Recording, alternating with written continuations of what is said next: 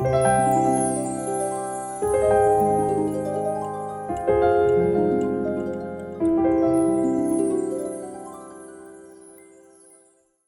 pensé, pour être dans le contexte ce matin, vous parler du service, du fait d'être des ouvriers pour Dieu, parce que je trouve que toutes ces activités que nous menons, que ce soit dans le domaine spirituel, dans le travail de la GEF aussi, Dieu veut utiliser des ouvriers. Dieu veut utiliser des hommes et des femmes. Dieu cherche des hommes et des femmes. J'étais impressionné par... Tu peux corriger peut-être un peu les retours, je ne sais pas, parce que ça résonne très fort là, et j'aime pas, ça me perturbe. Il n'y a pas beaucoup de choses qui me perturbent, mais ça me perturbe. La parole de Dieu nous incite à cela. Et j'ai trouvé une parole assez forte de Spurgeon, qui a été un grand prédicateur, qui a été un homme de Dieu, un homme d'un grand impact dans l'Évangile, qui donne une parole là qui secoue. Mais vous savez, la parole de Dieu, le Saint-Esprit, il y a des moments, ça nous secoue. Mais c'est bien d'être secoué par le Saint-Esprit, c'est bien d'être secoué par la parole de Dieu. Mais c'est bien aussi d'être secoué peut-être par des réflexions que nous devons nous faire. Et je trouvais que c'est fort, mais ça méritait qu'on le souligne. Et il dira, chaque chrétien est soit un missionnaire, quelqu'un qui sert Dieu, quelqu'un qui est à l'œuvre de Dieu, ou soit un imposteur. C'est fort, hein? C'est fort. C'est même violent.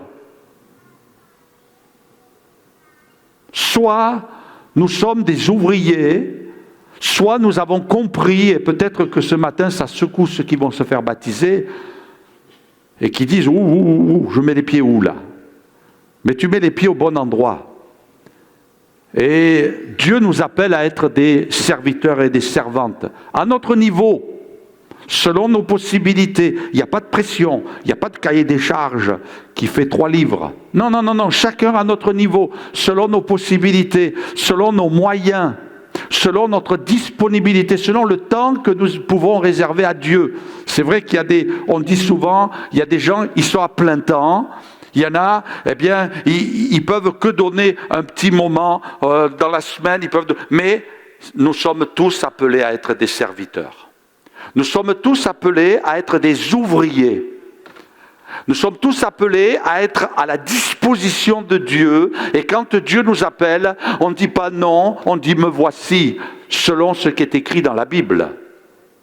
Même si nous avons des questions à poser. Vous savez, quand Dieu a dit à Ananias d'aller dans la maison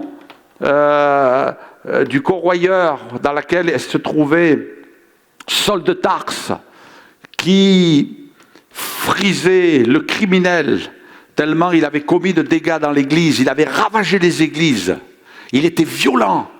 Alors quand Dieu a dit à Ananias, eh bien Ananias ça veut dire nuage. Et vous savez, les nuages, eh bien, ils sont en déplacement lorsque le vent souffle. Et je crois que Ananias, son nom signifie quand le vent souffle, le vent de l'esprit, tu vas là où le vent te pousse. Et Dieu voulait envoyer le nuage là-bas, vers Saul de Tarse. Et puis quand il a commencé, mais Seigneur, vraiment, c'est lui que tu as choisi. Et Dieu va lui dire, c'est un instrument que j'ai choisi. Tu vas y aller. Et il a obéi. Et puis merci Seigneur qu'il ait obéi. Vous imaginez, notre Bible, elle serait plate, hein? Parce qu'on n'aurait pas eu les épîtres de Paul. Et puis les épîtres de Paul, les épîtres pauliniennes, elles sont précieuses pour la doctrine. Alors vous imaginez, ça serait la panique, l'Église, si on n'avait pas eu les épîtres de Paul. Heureusement qu'il a obéi. Et vous savez, heureusement que Dieu trouve au milieu de son peuple, de ses enfants, des hommes et des femmes qui obéissent, qui répondent à l'appel. « Me voici, Seigneur, je suis là. » Même Jésus a dit « Me voici, envoie-moi. » Quand dans le ciel, la grande question a été posée, qui va sauver l'humanité? Qui enverrai-je? Et Jésus s'est présenté devant le Père et il a dit « Me voici, envoie-moi. » Et il a été envoyé. Et on sait que Jésus a connu la souffrance et la douleur. La parole de Dieu nous montre que c'est important. Et peut-être ce matin, il faut que tu franchisses ce cap, parce que si tu ne franchis pas ce cap de devenir un serviteur, une servante de Dieu, tu vas bloquer dans ta vie spirituelle. Parce que tout ce que Dieu nous donne, c'est pour que nous soyons des serviteurs, des servantes, à la disposition de Dieu. Et puis là, il n'y a pas de retraite. Il n'y a pas besoin d'accumuler des points.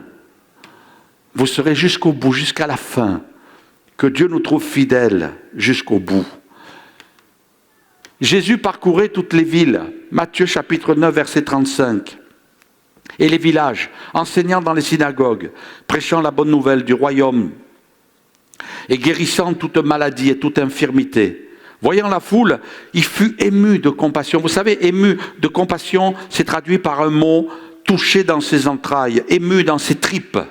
Il a été ému au plus profond de lui-même parce qu'elle était languissante et abattue, comme des brebis qui n'ont point de berger. Alors il dit à ses disciples, la moisson est grande, mais il y a peu d'ouvriers. Priez donc le maître de la moisson d'envoyer les ouvriers dans sa moisson. Puis ayant appelé ses 12 disciples, il leur donna le pouvoir de chasser les esprits impurs et de guérir toute maladie et toute infirmité. Voici les noms des 12 apôtres. Le premier, Simon, appelé Pierre, André, son frère, Jacques, fils de Zébédée, et Jean, son frère, Philippe, Barthélemy, Thomas, Matthieu, le publicain, Jacques, fils d'Alphée, et Thaddée, Simon, le Cananite, et Judas l'Iscariote, celui qui livra Jésus. Amen. Quand Jésus a regardé ces gens, il a eu une vision. Il a vu quelque chose d'impressionnant. Et puis cette vision, comme un don spirituel, il va le partager avec les 12. Et il va dire, là je vois des brebis qui sont sans berger, qui n'ont pas de berger. Oh, béni soit Dieu pour les bergers dans l'église. Vous savez ce que je vois, moi, quand je pense aux bergers? Je vois des pasteurs. Mais je ne vois pas que ça. Je vois des responsables de groupes de maisons. D'ailleurs, je leur dis, attention, vous êtes des bergers. Vous avez un petit troupeau. Le souverain berger, il vous a donné peut-être 5 brebis, 10 brebis, là qui sont sous votre responsabilité dans une réunion de maison. Occupez-vous-en. Et quelquefois, il y a même des bergers et des bergères qui sont avec les agneaux, les petits-enfants. Même à la garderie, ils viennent à l'église. On ne les remise pas dans un coin. Ils viennent à la présence de Dieu. Et le culte des enfants, c'est important. Il y a des bergers et des bergères avec des petits agneaux, des petites brebis que le Seigneur aime. Il dit, attention, si vous scandalisez un seul de mes petits, attention. Il vaut mieux qu'on vous mette une meule et qu'on vous jette à la mer. Attention de ne pas scandaliser le plus petit. C'est très important. Vous savez, vous avez une bergère ici dans l'église qui a des griffes. Si vous touchez un petit enfant, elle va sortir ses griffes. Vous savez comment elle s'appelle? Là, j'ai intérêt à marcher droit à la maison. Hein. Si je fais un écart avec ça, elle va me reprendre. Elle a raison. D'ailleurs, moi, je fais pareil. Attention, pas croire. Hein. Elle, c'est la lionne, mais moi, je suis le lion. Et je crois que Dieu nous invite à nous occuper du troupeau. Et vous avez peut-être des responsabilités dans l'église. Vous êtes des bergers. Et Jésus a été ému. Il n'y a pas très longtemps de cela, avant les fêtes de Noël, on allait acheter du matériel pour l'église dans les magasins, des assiettes. On préparait quelques événements de Noël, de Nouvel An, tout ça. Et puis à un moment donné, on est rentré dans un magasin où ils vendaient justement tout ça. Et puis il y avait des décors. C'est beau les décors de Noël, les petits villages électrifiés avec le petit train qui tourne autour. C'est beau avec la petite musique de Noël et puis les guirlandes, les boules, les sapins de Noël, tout ça. Et à un moment donné, Isabelle qui regardait tout ça, elle me dit, tu n'aimerais pas quelque chose? Je dis non, tu vas m'acheter quoi? Une boule de Noël? Bon, ouais, ça va, tu as vu un peu, je suis grand quand même, hein, c'est fini maintenant. Et au bout d'un moment, j'étais dans les rayons et j'ai pris un objet. Et je suis allé voir Isabelle et j'ai dit, ma chérie, si tu veux me faire cadeau ça, C'était un santon. Alors c'est vrai que je suis de Provence, vous le savez, mais c'était un santon, et c'était un berger, avec une brebis sur les épaules. Je dis, c'est ça que je veux. Mais pourquoi? Tu vas pas faire une crèche? Non, ma chérie, c'est pour mettre sur mon bureau. Et ce matin, pendant que je priais dans mon bureau, eh bien, j'ai pris ce santon, et je l'ai regardé, je dis, Seigneur, c'est ce que je veux être. Un berger qui prend sa brebis sur les épaules. Jésus a partagé cette vision. Et vous savez, il y a des moments, et ce n'est pas naturel.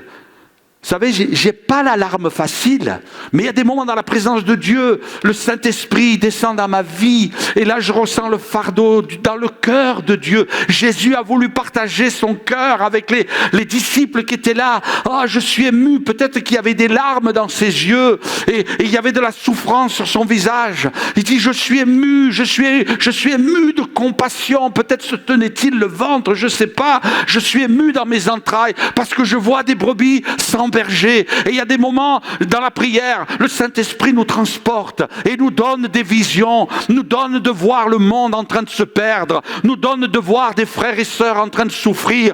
Et là, on voit ce partage que le Seigneur désire avoir avec ses disciples, leur montrant combien le fardeau est grand dans le cœur de Dieu. Et je crois que mes frères et sœurs, il faut que nous devenions chacun pour notre part. Qu'est-ce que je peux faire? Et vous savez, je crois qu'on est ému par le Saint-Esprit. Jésus, à un moment donné, s'est mis à tressaillir de joie par le Saint-Esprit. Et je crois qu'il y a des moments où le Saint-Esprit nous fait éprouver de la joie. Et il y a des moments où il nous fait éprouver de la tristesse. Parce que Dieu veut partager son cœur avec nous. Et c'est bon. Et s'il y a des moments que tu es triste pour l'œuvre de Dieu, c'est bon. Mets-toi à genoux et prie. Si le Saint-Esprit te réveille la nuit et te dit « Ah, il y a un fardeau » et que là, dans ce moment, tu n'arrives pas à te rendormir parce que tes pensées commencent à s'agiter, c'est bon, prie la nuit. Parce que le Saint-Esprit a trouvé en toi un ouvrier, a trouvé en toi un homme, une femme qui peut appeler à n'importe quelle heure, à n'importe quel moment pour lui dire de prier, pour lui dire de se mettre à genoux, pour lui demander d'intercéder, pour lui dire un message. C'est bon quand le Saint-Esprit peut travailler avec nous. Jésus a partagé son cœur. Il veut une certaine complicité. Il veut une certaine complicité. Vous savez, on le voit dans la parole de Dieu, cette intimité. Et il y a ce passage aussi, Jésus dit, ma nourriture est de faire la volonté. Vous imaginez, ma nourriture est de faire la volonté de celui qui m'a envoyé et d'accomplir son œuvre. Moi, je me réjouis. Dans quelques instants, on va passer un temps dans le jeûne et prière. Oui, j'aurais peut-être physiquement mieux aimé le repas dominical, le repas du dimanche. Et se dire, on va manger, on va être tranquille. Mais Jésus va dire, ma nourriture, c'est de faire la volonté de celui qui m'a envoyé et d'accomplir son œuvre. Ne dites pas qu'il y a encore 4 mois jusqu'à la moisson. Voici, je vous dis, levez les yeux et regardez, les champs blanchissent déjà pour la moisson. Celui qui moissonne reçoit un salaire et amasse des fruits pour la vie éternelle, afin que celui qui sème et celui qui moissonne se réjouissent ensemble. Car en ceci, ce qu'on dit est vrai, l'un sème, l'autre moissonne, et je vous ai envoyé moissonner, et vous n'avez pas travaillé, d'autres ont travaillé, et vous êtes entrés dans leur travail. Béni soit Dieu pour tous ceux qui ont travaillé avant nous. Il y a une discipline que j'essaie de m'appliquer dans ma vie chrétienne. C'est de me dire, avant que toi, tu sois responsable d'une église, il y en a plein qui ont travaillé avant toi. Et vous savez, quand on va arriver dans le ciel, peut-être que nous, au bout de la chaîne, on aura eu certains résultats, mais le Seigneur, il dit, arrête, calme-toi, parce que regarde tous ceux qui ont travaillé avant, tous ceux qui ont fait du travail avant, tous ceux qui ont prié avant, tous ceux qui ont investi avant. Et les résultats, nous les mesurerons là-haut. Amen. Il veut partager avec nous. Il veut que nous soyons complices avec lui. Quelqu'un disait, on ne peut peut-être pas rattraper le temps perdu, mais on peut arrêter de perdre son temps. Il y a bien des choses où on perd notre temps. Quand Jésus a dit à ses disciples de se reposer. C'est vrai que le Seigneur veut qu'on se repose, mais il a dit reposez-vous un peu. Un peu. Juste ce qu'il faut pour que tu sois sur pied, tu sois en pleine forme. Si tu as besoin de faire une grasse matinée, fais une grasse matinée. Si tu as besoin de te coucher tôt, couche-toi tôt. Si tu as besoin d'un jour de congé, prends un jour de congé. Mais un peu. Parce qu'après, il y a du temps que tu dois donner à Dieu.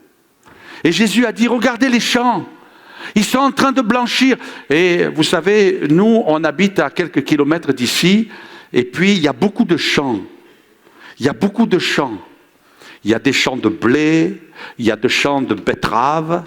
On sait que la région dans laquelle nous habitons, nous, au nord d'ici, il y a beaucoup de champs de betteraves. Vous savez quoi? Quand c'est le moment de la récolte des betteraves à sucre ou du blé, ça dépend, ils alternent chaque année. Mais je vais vous dire une chose. Nuit et jour, nous entendons les moissonneuses pour le blé. Nuit et jour, nous entendons les camions qui ramènent les betteraves à sucre. Nuit et jour. Parce qu'il n'y a pas de temps à perdre. Il n'y a pas de temps à perdre. Et quand c'est le moment, on entend le bruit, même chez nous, en train de dormir, on entend quelquefois le bruit des moissonneuses. Parce qu'on n'a pas le temps. On ne doit pas perdre du temps. Alors bien sûr que pour eux, c'est leur activité professionnelle. Pour eux, c'est leur gagne-pain. Alors c'est vrai que nous, on n'est pas dans la même perspective. Nous, on pense aussi à l'œuvre de Dieu. Seigneur, c'est vrai qu'il y a un temps, tu dis, reposez-vous un peu, parce qu'il y a un temps aussi qui doit être mis à part pour toi. Et je dois apprendre à te servir. Chacun selon ses moyens. Le Seigneur ne nous met pas la pression. Il ne met pas de culpabilité sur nous.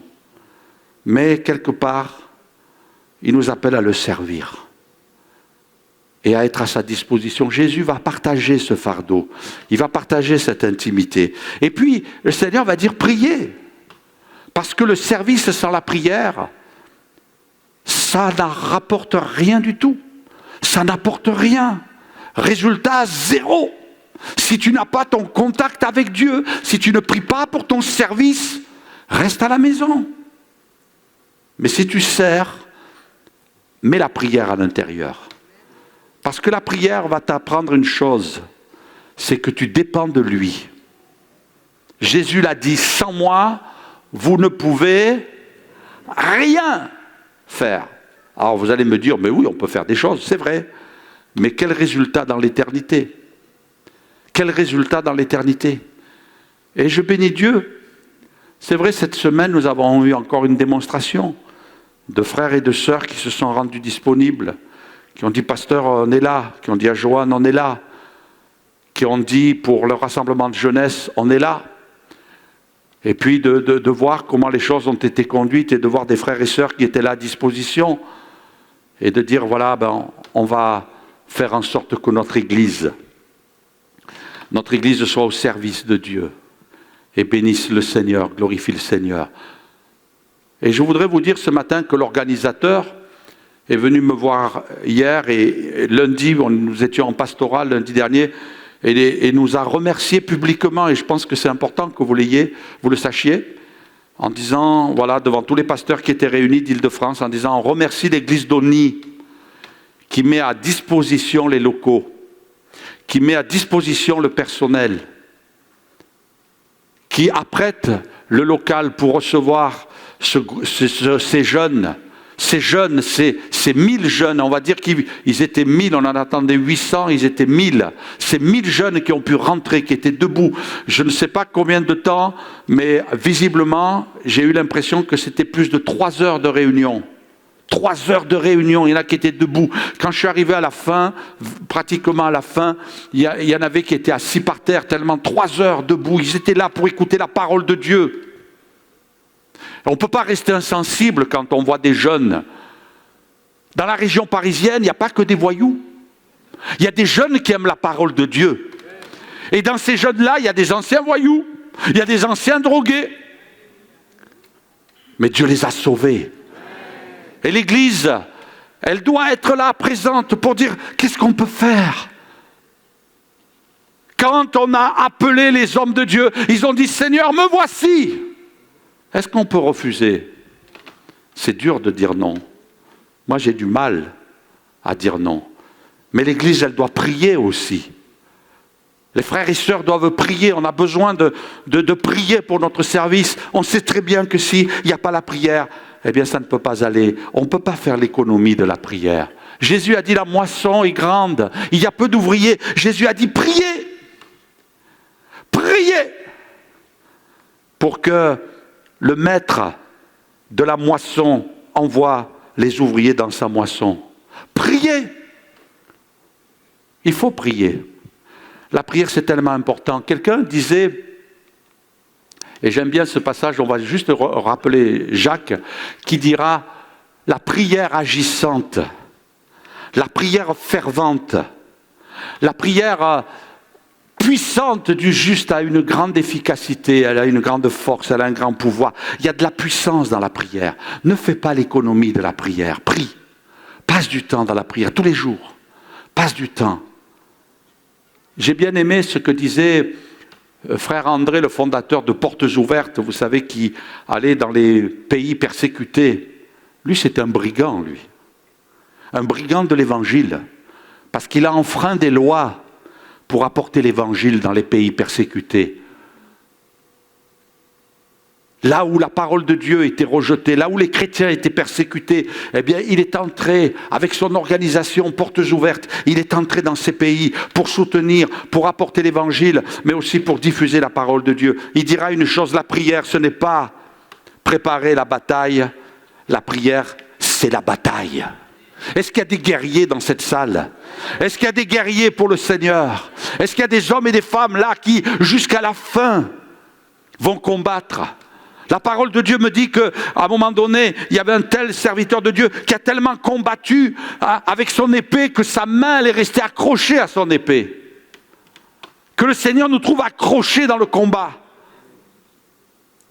Qu'on ne laisse pas l'ennemi se mouvoir tranquillement, faire son œuvre et continuer à amener les âmes en enfer.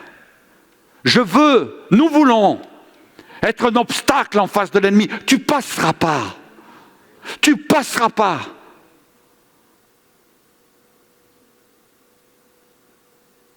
Je me rappelle ce chrétien qui est un homme qui a fait des sports de combat. Et un jour, il s'est retrouvé dans une situation un peu particulière. Ce n'était pas un homme agressif, ce n'était pas un homme violent. Mais un jour, il y a 3 gars baraqués qui sont devant lui et qui lui disent « On va te prendre ton argent, on va te racketter ». Vous savez ce qu'il a fait?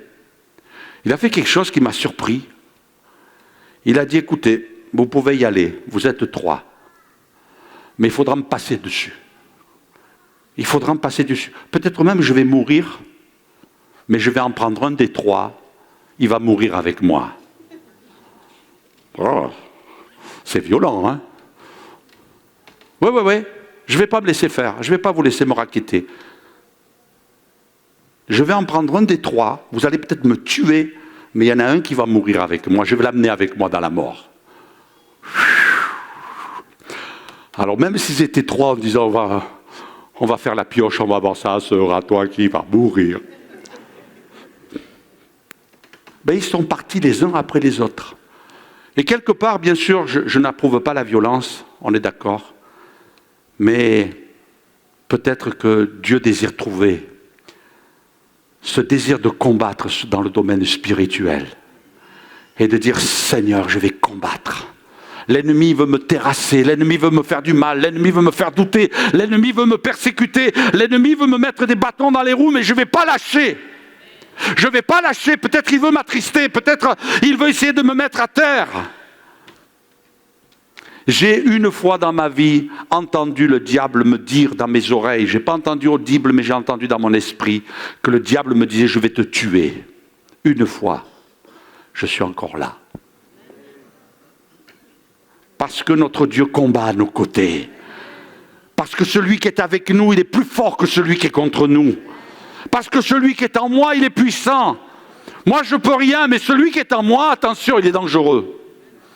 Déjà, il t'a écrasé la tête à la croix. Il a dépouillé les dominations. Alors vas-y, si tu veux te frotter à Jésus, comme disait quelqu'un, quand le diable frappe à la porte, j'envoie Jésus ouvrir. Envoie Jésus ouvrir. Parce que la prière, c'est la puissance. Et Dieu nous invite à une prière fructueuse. Parce que dans la prière, il y a la puissance. C'est la base. Les premiers chrétiens, ils persévéraient dans les prières. Ça veut dire quoi, les prières? Ça veut dire qu'il y avait plusieurs sortes de prières?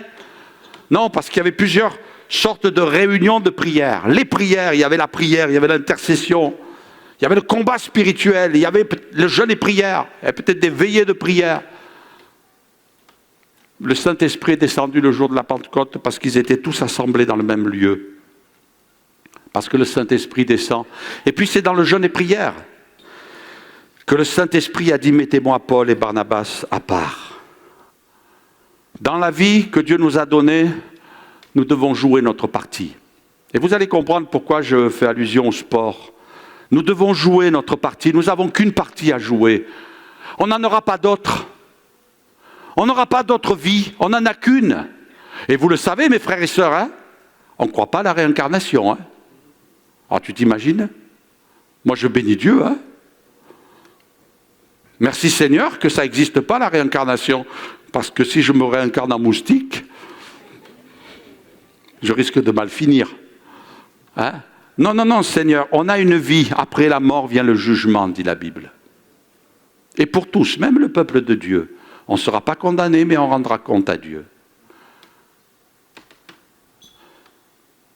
Et le Seigneur nous invite à vivre cette vie et bien la remplir. Seigneur, je veux bien remplir tout l'espace de ma vie. Il y a tellement de choses vaines. Il y a tellement de choses inutiles. Et puis, Jésus va dire, la moisson est grande, mais il y a peu d'ouvriers. Priez donc le maître de la moisson d'envoyer des ouvriers dans sa moisson. Et puis, le mot envoyer dans la Bible, c'est le mot ekbalo, qui veut dire lancer. Alors j'ai imaginé Dieu, j'ai imaginé Jésus en train de prendre ses ouvriers, de les lancer comme s'il était en train de jouer et d'essayer de marquer des points dans une compétition.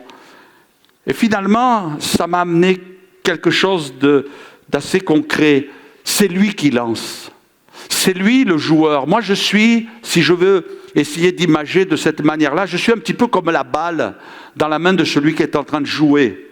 Mais c'est lui qui lance. Priez le maître de la moisson afin qu'il lance. C'est lui, le chef de la moisson, qui va me lancer. D'ailleurs, vous avez sûrement entendu cela, c'est une expression qu'on employait. Tiens, tel pasteur, il m'a lancé dans le ministère. Moi, il y a un pasteur qui m'a lancé dans le ministère. C'est une expression qu'on emploie souvent. Est-ce que tu es cet instrument qui est dans les mains du maître, dans les mains du sportif, dans les mains du maître de la moisson, et tu vas lui donner, et c'est lui qui va te lancer. La première des choses que je voudrais noter dans cela, c'est le maître qui lance, c'est le maître qui envoie, c'est le maître qui envoie. Vous savez, dans le service, il ne faut surtout pas se lancer soi-même. Il y a quelque temps de cela, il y a eu une discussion entre quelqu'un qui était dans un travail, pas dans l'église, c'était ailleurs, qui était dans le travail, et la personne a dit, moi je sers Dieu. Moi j'ai été envoyé. La personne elle disait, moi j'ai été envoyé. Et celui qui était au bout de la chaîne lui a dit, non, non, non, non, non, non, non, non. Personne ne vous a envoyé. Vous vous êtes envoyé tout seul. Et finalement, vous savez quoi? Cette personne, elle est en train de piétiner dans son travail. Elle n'avance pas. Ça ne progresse pas. Elle n'a pas d'approbation. Et même, on a l'impression que Dieu l'a lâchée. Et vous savez, si vous ne voulez pas être lâché par Dieu, laissez Dieu vous envoyer. Est-ce que dans ce que tu fais, est-ce que c'est Dieu qui t'envoie? Et vous savez, ça peut être un danger pour les serviteurs de Dieu. Ah ben tiens, j'aimerais bien m'envoyer dans le sud de la France. Ah, j'aimerais bien, être envoyé vers le soleil. Moi, quand des gens me disent ça, et même des serviteurs de Dieu, je dis fais attention, t'envoies pas tout seul. Parce que si tu t'envoies tout seul, tu vas avoir des dégâts. Mais si c'est Dieu qui t'envoie, là c'est bon, tu risques rien. Est-ce que c'est Dieu qui nous envoie dans telle ou telle activité? Est-ce que tu sens que... Alors, il y a possibilité de dire, tu es comme dans les mains du maître qui est prêt à t'envoyer et « Oh, tu m'envoies où ?»« Ben, je vais t'envoyer là-bas. »« Ah ben non, Seigneur, fais-moi descendre, s'il te plaît. » Ah ben, il peut te laisser par terre. Hein. Et vous savez, quand le Seigneur laisse quelqu'un, relisez le livre de Jonas, à force de dire « Seigneur, m'envoie pas, m'envoie pas, m'envoie pas », ben, le Seigneur dit « Je t'envoie plus. » Terminé. Seigneur, tu m'envoies où tu veux. Mais l'important, c'est que c'est toi qui m'envoies. Je n'en fais pas qu'à ma tête. Oh, je ne suis pas là en train de dire, oh, parce que même le Seigneur les a envoyés 2 à 2. Il y a une question de travail d'équipe aussi. Parce que quand le Seigneur envoie, eh bien, c'est toujours bien ciblé. On ne veut pas aller n'importe où. Et puis, on veut atteindre le but. Quand le Seigneur nous envoie, quand le Seigneur nous lance, ben là tu vas dans le 1000. Tu vas dans le 1000. Tu n'es pas à côté de la plaque. Tu n'es pas à côté de la cible. Priez le maître de la moisson pour qu'il lance des ouvriers. Alors je peux te dire une chose, mon Seigneur, c'est un bon lanceur. C'est un très bon lanceur. Quand il lance quelqu'un, il l'envoie où il faut, il l'envoie à destination. Et ça c'est important. Seigneur, je veux que tu m'envoies là où toi tu l'as décidé. Alors vous savez, il y a même l'apôtre Paul quand même, c'est le grand apôtre Paul. C'est pas n'importe qui l'apôtre Paul, on est d'accord? Mais vous savez, quand il a choisi Timothée, qu'il allait lancer dans le ministère, parce qu'il sentait que Dieu l'appelait, il a demandé ce qu'en pensait l'Église. On aurait pu dire, mais Paul, t'as pas besoin, t'es grand. Toi, tu es en direct avec le ciel. Tu as des révélations extraordinaires. Paul. Et puis, tu n'as pas besoin de demander. Non, il a demandé. Il a fallu que l'Église approuve. Est-ce que l'Église, elle approuve ce que tu fais? Ou est-ce que tu fais qu'à ta tête? Moi, je fais des choses comme j'ai envie. Bon, ok, vas-y. Après, débrouille-toi. Tu t'arrangeras avec Dieu. Si tu t'es envoyé tout seul, eh bien, tu seras tout seul. Et à des moments, Dieu nous invite à travailler dans une église coordonnée, équipée, organisée. On ne fait pas n'importe quoi, on ne fait pas n'importe comment, on ne fait pas ce qu'on a envie de faire. Si tu as envie de faire ce que tu veux, ok, mais tu seras détaché de l'église. L'église, elle est organisée, il y a des équipes de travail. Vous imaginez un petit peu, imaginons quelques instants qu'il y en ait un le dimanche matin, là, qui arrive sur l'estrade et qu'il arrive avec sa trompette et qui dit « J'ai envie de jouer !» et moi, je peux vous dire, là, il y a des gaillards sur l'estrade. Ils vont l'attraper et ils le mettent dans le placard. Hein, et ils ferment le placard. Hein, et ils auront raison. Bon, j'ai schématisé, vous m'avez compris, on n'est pas violent. On ne peut pas faire n'importe quoi. On ne peut pas faire n'importe comment. Ah ben moi, je veux faire ci. Ah moi, je veux faire là. Je veux aller là. Je veux aller là-bas. Et je veux encore faire... Non, non, non. Et calme-toi. On va réfléchir, on va prier, on va demander à Dieu. Priez le maître de la moisson. Pas n'importe quoi dans l'église. Et puis... L'Église, on est soumis les uns aux autres. Oui, c'est comme ça que le Seigneur voit les choses. Le Seigneur a établi des autorités, il a établi des anciens, il a établi des sortes d'organismes aussi, tels que des CA. On travaille ensemble. Tout à l'heure, on va avoir une assemblée générale, on ne fait pas n'importe quoi. Mais on travaille ensemble. On essaie de prendre les décisions ensemble. Mais dans l'ensemble... C'est bon parce qu'on peut avoir des conseils, dire ça il ne faut pas le faire, ça il faut le faire comme ça. Et puis moi j'ai une idée, moi j'ai une pensée. Et puis là va émerger des bonnes idées. Hier on a eu des réunions de travail dans des équipes. Mais c'était bon, je me suis vraiment réjoui. Non, non, et pasteur j'ai une idée, pasteur on pourrait faire ci, on pourrait faire ça, on pourrait faire comme ceci, on pourrait faire comme cela. Chouette! C'est bon! On veut atteindre la cible. On veut être dans le 1000. Amen? On veut... Le péché, c'est manquer le but. On veut ne pas pécher avec cela. Et puis, laissez-moi terminer avec ce dernier point. Quand tu es dans les mains de Dieu, il te lance loin. Parce que dans le mot, tout à l'heure, j'ai fait exprès, je ne fais pas du grec, Mais vous avez remarqué, le mot c'est ekbalo. Et dans le mot ekbalo, il y a la portion ek qui veut dire loin. Quand Dieu il te lance, tu vas loin avec lui. Amen. Tu vas loin avec lui.